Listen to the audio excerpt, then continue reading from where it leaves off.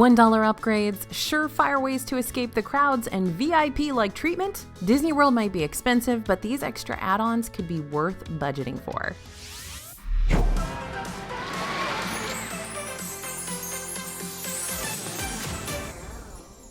Hey everybody, it's AJ for Disney Food Vlog, and it's time to go shopping. Now, because Disney World is such a pricey endeavor, it's important to know which splurges and upgrades are going to actually be worth the money. So we're here with all the different add-ons that we think will make your trip better and easier and just a whole lot more magical.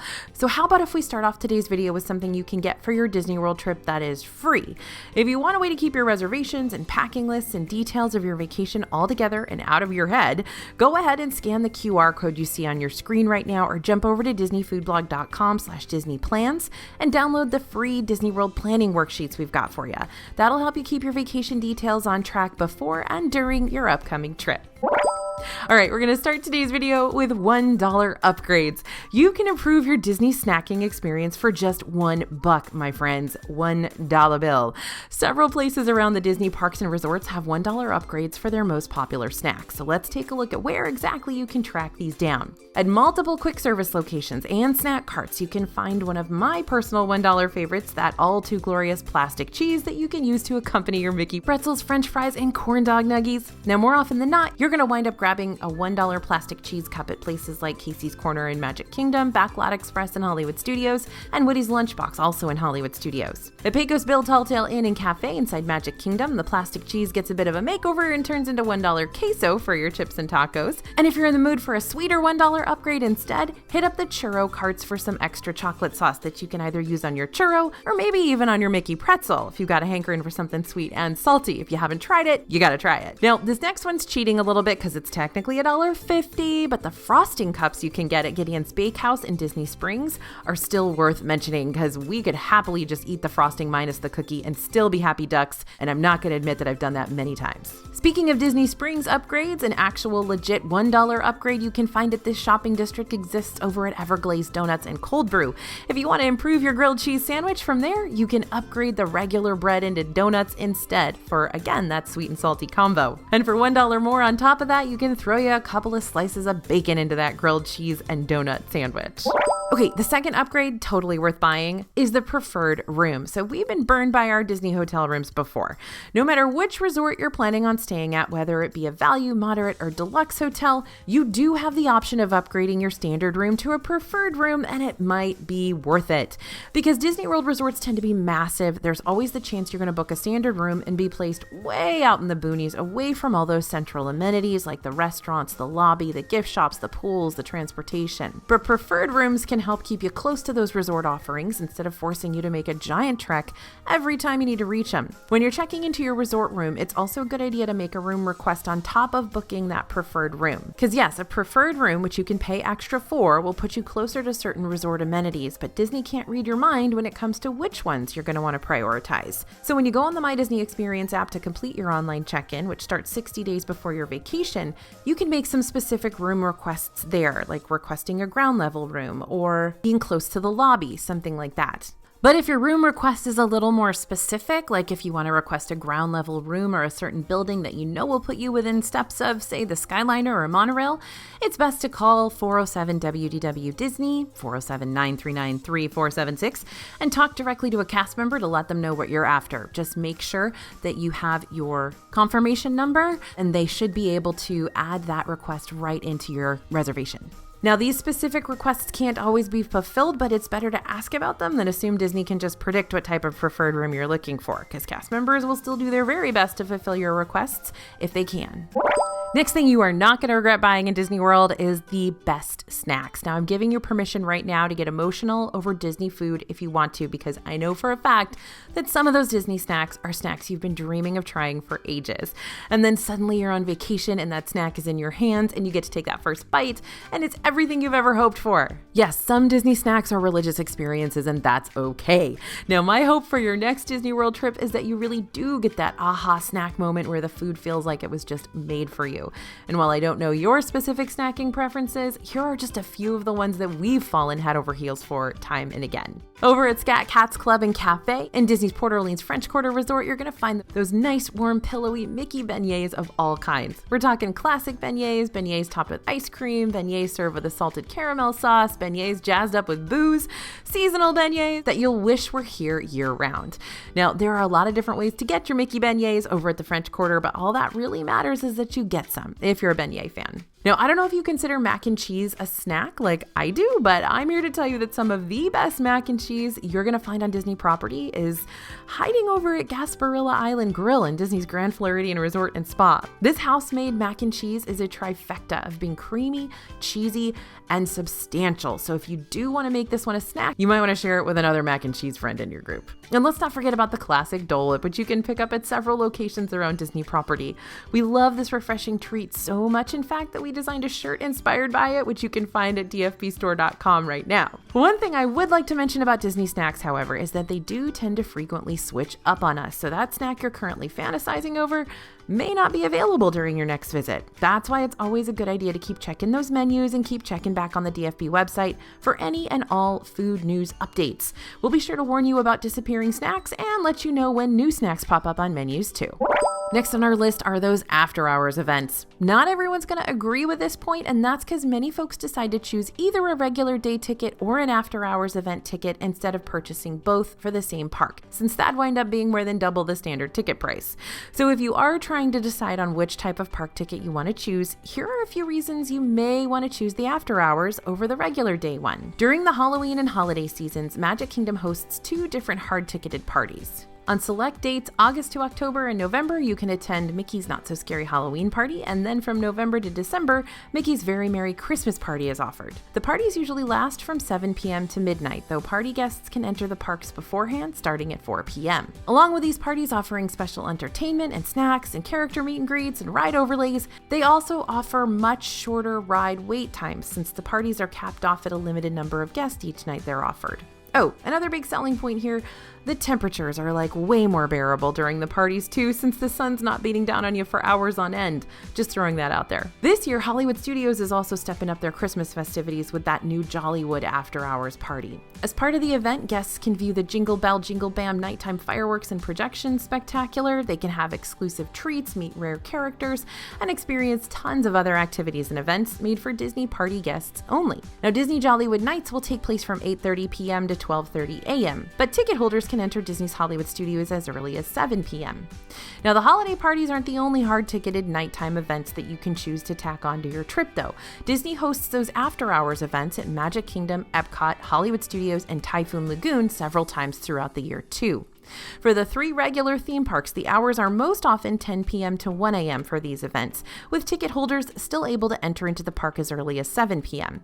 And while these non-party themed after-hours offerings aren't going to give you any exclusive holiday entertainment to experience, they will still give you much shorter ride waits. They'll give you cooler temperatures, fewer crowds, and free snacks like popcorn, Mickey Premium ice cream bars, and fountain sodas. Now, I'm going to briefly touch on the downsides of these events and parties too, so you're not caught off guard by those later on. While these parties and events will give you the opportunity to experience most all of the rides with little to no waits at each park, they won't have all the extra entertainment available that you can normally experience during the regular daytime hours, like live shows and animatronic shows and non-holiday themed parades and cavalcades.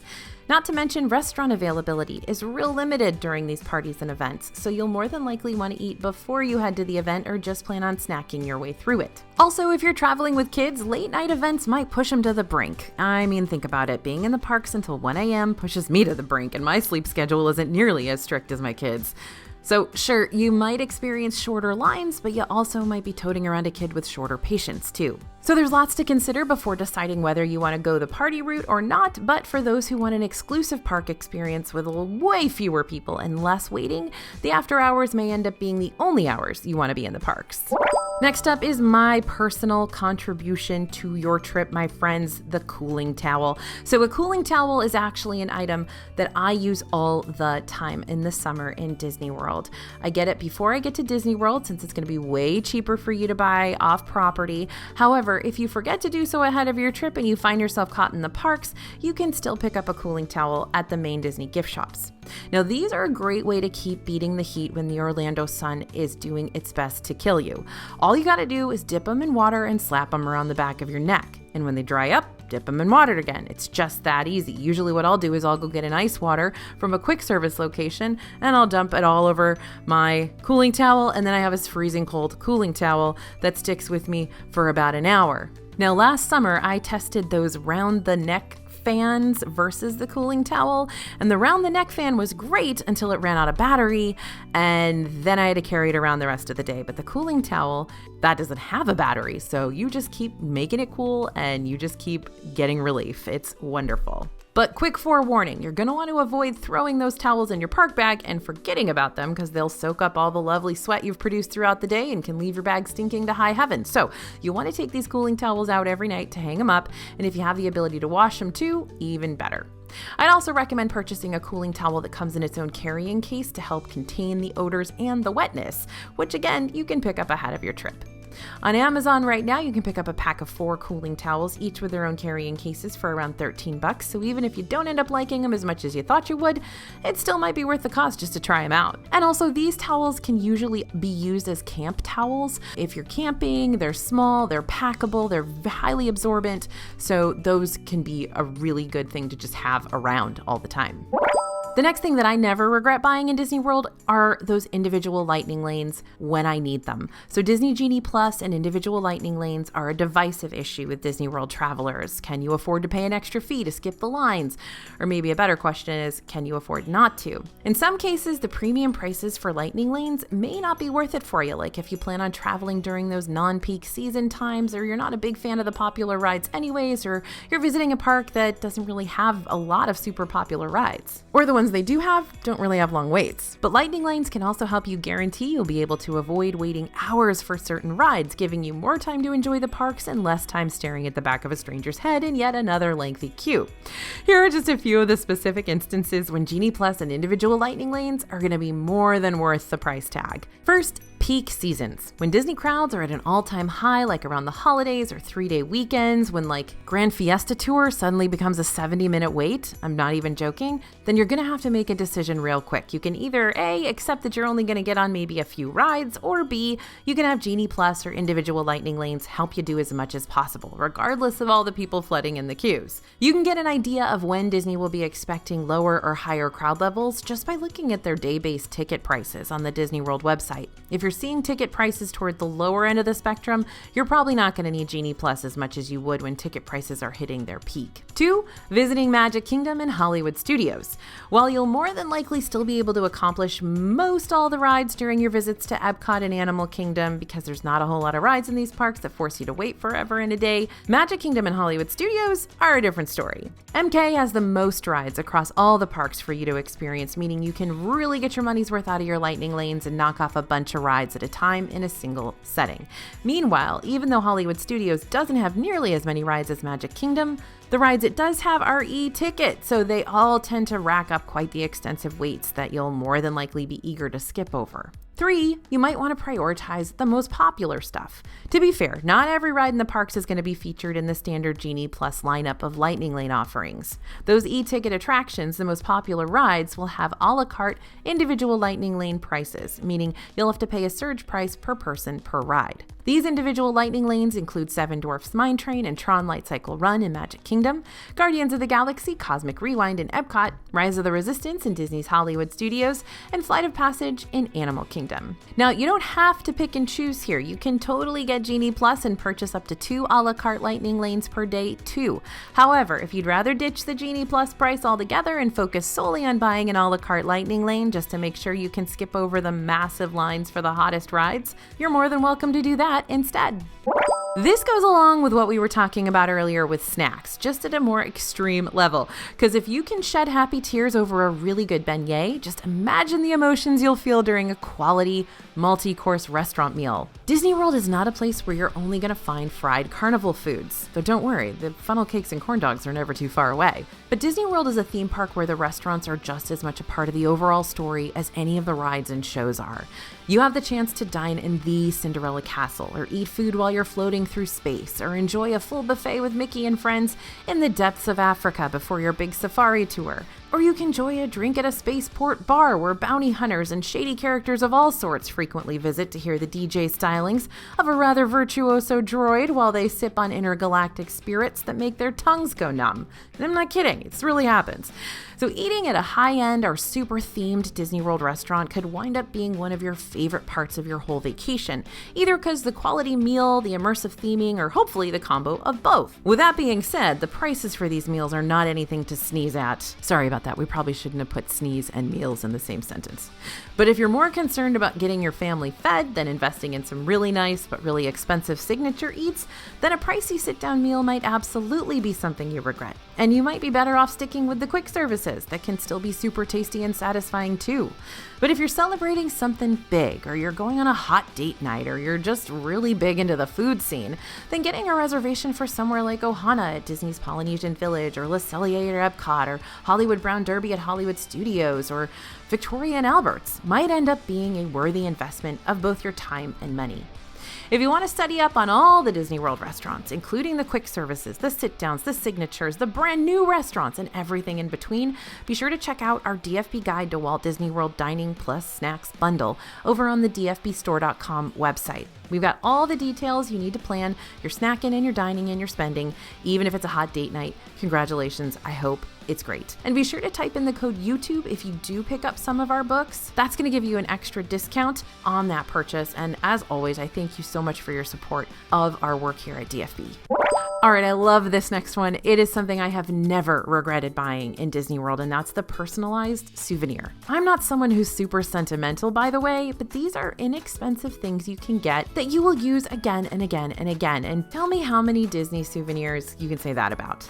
If you're trying to figure out what you should buy while you're in Disney World to commemorate your trip, and you want it to be something really special that you're not going to be able to find on shopdisney.com, then you might want to consider something more personalized. Disney's got lots of souvenir options that'll be totally unique for you and your family, including personalized ornaments at the Christmas shops like Disney's Days of Christmas in Disney Springs or Ye Olde Christmas Shop in Magic Kingdom. Those hand-painted parasols right outside the Ye Olde Christmas Shop, you can also get them sometimes over in Epcot. I got one of these when I was a little girl, and I had it in my room for years. You can get those silhouette portraits of your family, which yet again you can find in Liberty Square, because apparently that is the place you need to be shopping, y'all. The baby's first haircut packages from Harmony Barbershop on Main Street, USA, not Liberty Square. These packages include not just the haircut itself, but also a commemorative Mickey ears hat, a keepsake lock of hair, and an official milestone certificate. Spin art over at the Artist Corner in Disney Springs, which you get to spin yourself using a stationary bike, so you gotta work for that art. There are also little Disney craft projects that happen around all the resorts throughout the week. My kid and I have made a couple of Mickey tie-dye t-shirts at some of the resorts, and we just love them. We wear them all the time. And there are even customizable perfume bottles you can find in Epcot over at Plume et Palette in the France Pavilion. Now, like I said, there are lots of opportunities for you to pick up something totally unique and not mass-produced during your trip. So before you splurge on something you might still be able to find online when you get back home, keep your eyes peeled for the customizable stuff that'll make you go, oh, I remember that, every time you pass it in your house. Okay, I know water is free and you need water, please drink water, but I also know that some of us out there need to get our shameless Diet Coke fix, wink, wink, nudge, nudge. And instead of getting a one and done bottle of soda or getting a refillable mug that you can only use at the quick services back at the resorts, you might find it way more worth your money to track down a quick service restaurant that has a self-serve soda fountain in the parks, like Satuli Canteen or Sunshine Seasons and Backlot Express or Regal Eagle.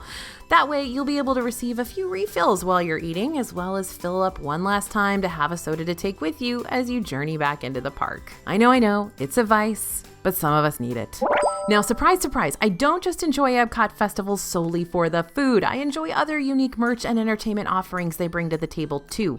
And the festival that perhaps has some of the best souvenirs pop up while it's taken over the Epcot scene has got to be Festival of the Arts, which typically happens around January, February. If the title of this point didn't give it away already, many of the Disney artists whose work is featured throughout the festival art booths will swing by at some point during the fest to sign their prints and original pieces at no extra cost. Besides, the cost of the piece itself, of course. Even Paige O'Hara, the original voice of Belle from Beauty and the Beast, has made a guest appearance during the festival to sign some of her own artwork in person, which is just really special. Not planning on being in Disney during the next Festival of the Arts? No worries, you might still be able to meet a Disney artist at Disney Springs. The Art of Disney over in the Marketplace section of the shopping district often has celebrity Disney artists that'll come by the shop for specialty scheduled events to meet guests and sign their pieces. And the Disney Springs website has their own events calendar that you can turn to if you want to see who might be coming by the shop during your visit, or if you want to check out what other specialty events might be going on around the Springs in general. This is one of my best and favorite tips for Magic Kingdom. So at the end of your day in MK, after a dazzling and tear-jerking happily ever after spectacular, the last thing you probably want to do is spend more money than you already have. But then you'll see the billions of guests flooding toward the park exit all at once, and suddenly you'll realize you were wrong, and getting in the mass hysteria that is known as the exiting Magic Kingdom crowd is actually the last thing you want to do right now. So what do you do instead? Well, you wait it out and you order yourself a tasty little Main Street USA snack. A few quick services and snack locations like Main Street Confectionery, Casey's Corner, and the Plaza Ice Cream Parlor stay open past the park's closing time. While these times can change on a whim, usually they'll stay open an extra hour or half hour for any lingering guests to pick up and enjoy a snack as they wait for the initial wave of Main Street crowds to roll on out. Great plan, right? Only here's the new problem. The crowds for these quick services can still be a little too big for comfort as well, which is why you want to mobile order for them instead. Here's the best plan of attack I've got for you. Order these Main Street goodies earlier in the day and set the pickup time for later on at night. That way you'll be all set up to just head into the snack location once that last firework goes off above Cinderella Castle, and you won't run out of time before the mobile order windows fill up, because yes, they can do that. Thanks to this new hack, you can be merrily snacking on a confectionery peanut butter cookie pie or an order of Casey's corn dog nuggets while you take a break in the hub and allow the crowds to disperse behind you. One final note before we wrap up today, and I promise this is a great one too. While these Disney World add-ons can make your trip awesome, they aren't going to be for everybody, and you certainly don't need to buy every single one of them to make sure your trip is going to be the best ever. So discuss some of these options with your group, decide which ones might be more worth it than others, and figure out what a realistic budget's going to look like for everybody. And if you're wanting to look at more of the free stuff that Disney has to offer, which is also super cool, go ahead and check out our DFB video that highlights 50 free things you can still do in Disney World. Speaking of free, if you didn't get the chance to do so earlier, check out those free Disney World planning worksheets over at disneyfoodblog.com/disneyplans to get those digital downloads sent straight to your inbox today. Thanks for listening, everyone, and thanks for watching. As always, this is AJ for Disney Food Blog, and we'll see you real soon.